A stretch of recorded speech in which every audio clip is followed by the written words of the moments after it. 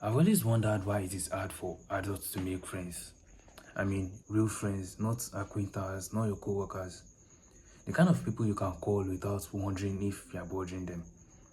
So I started reading research about friendship. I started listening to psychologists. I started asking people about their experiences. And one pattern kept appearing. You know, when we were children, we didn't actually know how to make friends. Our environment does most of the work.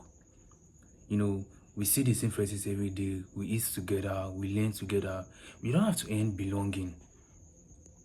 And without realizing it, repeated exposure slowly turned strangers into familiar faces. Psychologists even have a name for it. The more we are exposed to someone, the more likely we are to like them. It is called the mere exposure effect. But then adulthood changes everything. You know, we leave school, we move to a new city, everyone got busy. And instead of seeing someone every day, we are seeing them probably once in a month.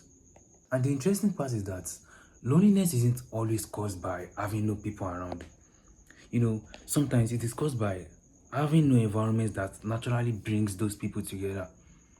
That environment that created those friendships doesn't exist anymore. You know, that's why having friends as an adult often feels like work. Because now every conversation has to be intentional, every invitation has to be planned. Every connection has to compete with calendars and responsibilities.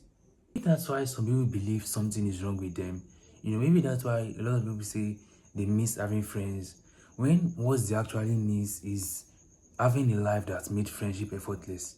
I can't stop wondering, if friendship was never as effortless as it seems, maybe we are just standing in the perfect line and perfect condition for it to grow.